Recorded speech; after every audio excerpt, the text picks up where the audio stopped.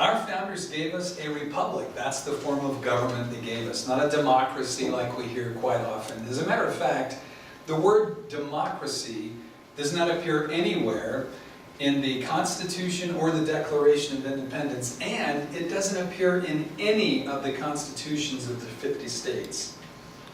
Now, the interesting thing is the Utah GOP, like most businesses, is also organized with a constitution and bylaws to create a representative form of governance, like most companies. So they're organized like a republic, with a constitution and a bylaws with representatives that we call delegates. The delegates represent the interest of the party.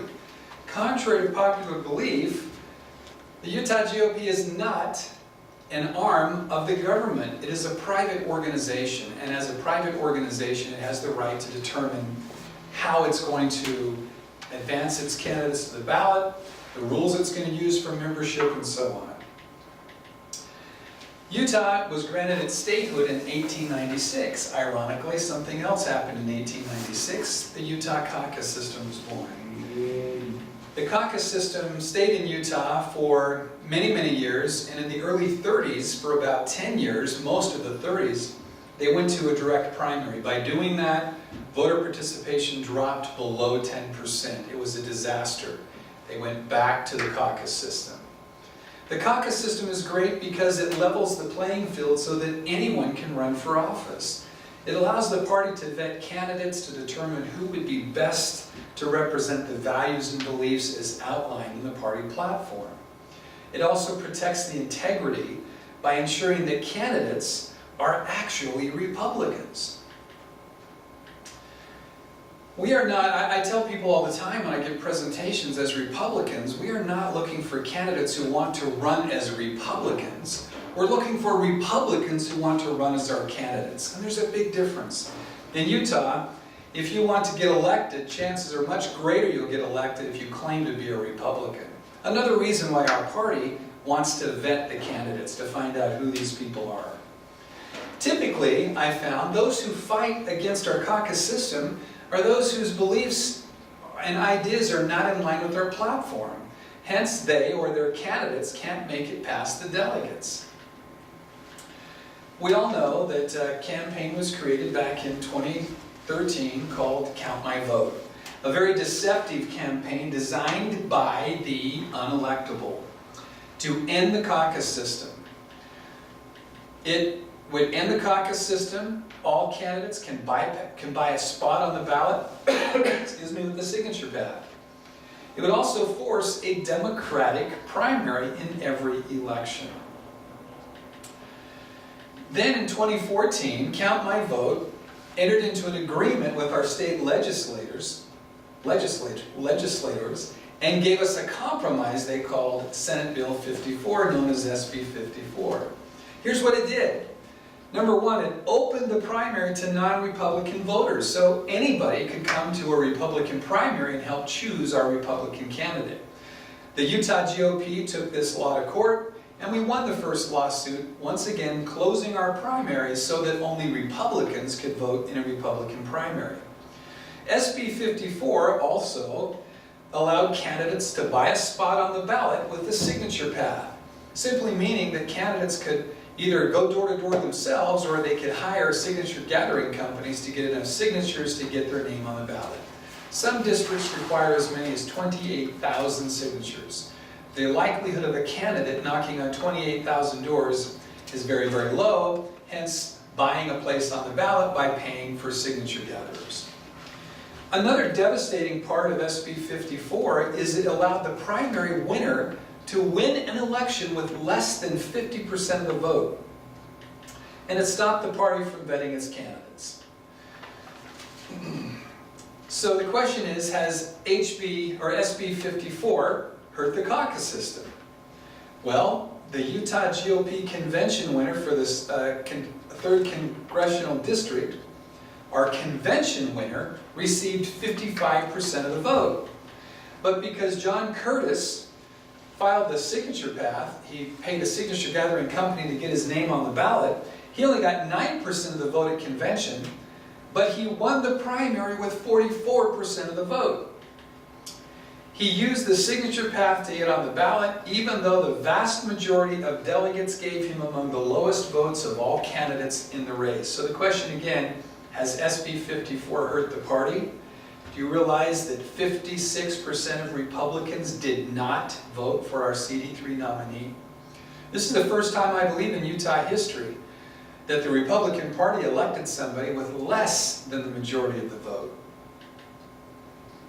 I had the opportunity to attend the 10th Circuit Court of Appeals in Denver on the 25th of September, and I just have one audio clip from the Chief Justice of the court, Mr. Timkovich, and this is what he had to say. Hopefully the audio is up loud enough that you're going to be able to hear this. I just realized it may not be, so let me turn my audio all the way up. This is when he was questioning the attorney from the state of, the attorney who was representing the state of Utah with SB 54. Here's what he said. I want you to finish answering Judge Lacerda's question, but just, are you saying that the candidate just unilaterally can declare? So we could have a Bernie Sanders saying, in order to petition on the ballot for the Republicans, I hereby declare I am a Republican, but here's my platform. And he could be a Republican in name only, right? So again, the Republican Party has no ability anymore to say, hey, wait a minute, you really are not a Republican at all. But what the Republican Party still has, and this is going to be the rest of my answer to Judge Lucero, was the Republican Party still has the ability to say, you can go ahead and do that, Bernie Sanders, and declare as a Republican, but now you've got to go out and find 28,000 other Republicans in Utah, presumably you're running for a statewide office, who agree with you that you're deserving of a shot to be on the Republican Party's primary ballot. So that, I think, is a check. The party retained... That's hugely divisive. I mean, how does that not weaken a party? I mean, even the counsel for the Democratic Party suggests that that's divisive. I mean, that splits the party against itself. Well, Your Honor, I think we're willing to admit that it does impose some burden. We're not suggesting this is by any means burden-free. I think the question is, under the Supreme Court's precedent, it becomes the balancing test. How severe is the burden, and what's the countervailing state interest? I find it interesting that when I attended that hearing, those judges, those are the types of questions they asked the entire morning. It was pretty obvious that they could see that SB 54, as well as Count My Vote, is a constitutional infringement on the rights of our party to determine the process we use to advance our candidates to the ballot. So the attorney from Utah said, we understand it causes some harm to the party. The question is, how much harm? How severe is the burden? And I've been telling people this is a case of the infringement of the constitutional rights of free speech, association, and assembly. Too many Americans gave their lives that we could have these freedoms. We are obligated to fight to defend our freedoms, or we will lose them. This is interesting. This is a ruling that came from the U.S. Supreme Court, January 16th of 2008. The ruling was given by Justice Scalia. Here's what he said. A political party has a First Amendment right to limit its membership as it wishes, and to choose a candidate selection process that will, in its view, produce the nominee who best represents its political platform. Now, this was presented in our lawsuit against SB 54. Now, I'm not an attorney, but to me, this is a no-brainer. When the U.S. Supreme Court has already ruled in the Torres case that a political party has the right to determine the process they use to select their nominee. Yet Count My Vote and SB 54 give any candidate the opportunity to go around the party's rules and force their name to be on the ballot. We can see right here it's unconstitutional. Keep My Voice. Here's what Keep My Voice does. This is a voter initiative. We're kind of fighting fire with fire.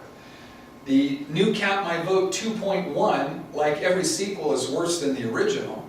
It will completely destroy and obliterate our caucus system that we've had since our statehood. So we have a new initiative, Keep My Voice. It restores the Utah caucus system, and that caucus system is your voice. Thousands and thousands of people throughout the state go to their neighborhood caucuses, and they elect representatives to speak for them, to vet the candidates, to make sure these candidates really do support our platform. Again, a Republican form of government. It's the same it's the same type of governance the Utah GOP uses. Keep My Voice returns freedom to political parties to determine the process they take to advance their candidates to the ballot, just like the Supreme Court said we can do. It preserves the signature path for unaffiliated candidates. When people say that we are trying to stop people from having the opportunity to get on the ballot, the state of Utah has always had a signature path for those who are unaffiliated. If you want to affiliate with a party, it seems like it would make sense to follow their rules to become their nominee. But if you're not affiliated, you can gather signatures and you can also get your name on the ballot, so anybody and everybody has the opportunity to participate in the process in the state of Utah.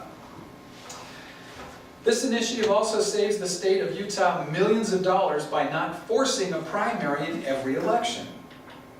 And it ensures that our candidates are elected with the majority of Republican votes, so we'll never again have a CD3 nightmare like we had, where a candidate, a former Democrat by the way, is elected with 44% of the vote.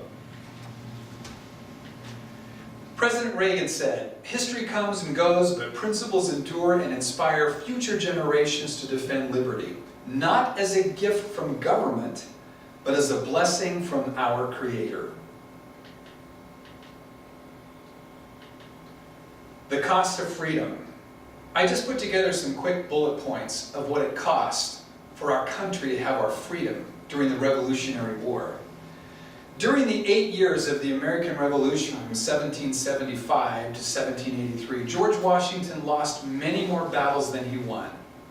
But the battles he won were the battles that counted. 25,000 American soldiers died during the war. 8,000 American soldiers died from wounds inflicted during battle. 17,000 American soldiers died from disease during the war. 25,000 American soldiers were estimated to have been wounded or maimed. And 1 in 20 able-bodied white males living in America died during the war. 100,000 loyalists fled to Canada, the Bahamas, and England during the war. And only 45% of colonists fully supported the war. Less than half of Americans even supported our right and our fight for freedom. 20% of colonists were loyal to Britain, the Tories. Now, there were only 3 million people estimated living in America in 1776. But what was the cost of freedom? Freedom is always worth fighting for. Because when we stop fighting for our freedom, we lose our freedom. Keep My Voice gives our freedom back to the state of Utah through our caucus system by allowing political parties to determine the process they use to advance their candidates to the ballot. We hope you get involved. We hope you tell your neighbors. We hope you sign our petition and get this on the ballot so that we can save the best system that the United States has right now. We're one of 9 states, I believe, that still has a caucus system. They're all under attack. Who are they being attacked by? They're being attacked by the moderate liberals in the Republican Party who cannot get elected. We can do better in the state of Utah. We need to save our caucus system. Thank you so much for being here. I'm happy to answer any questions that you might have.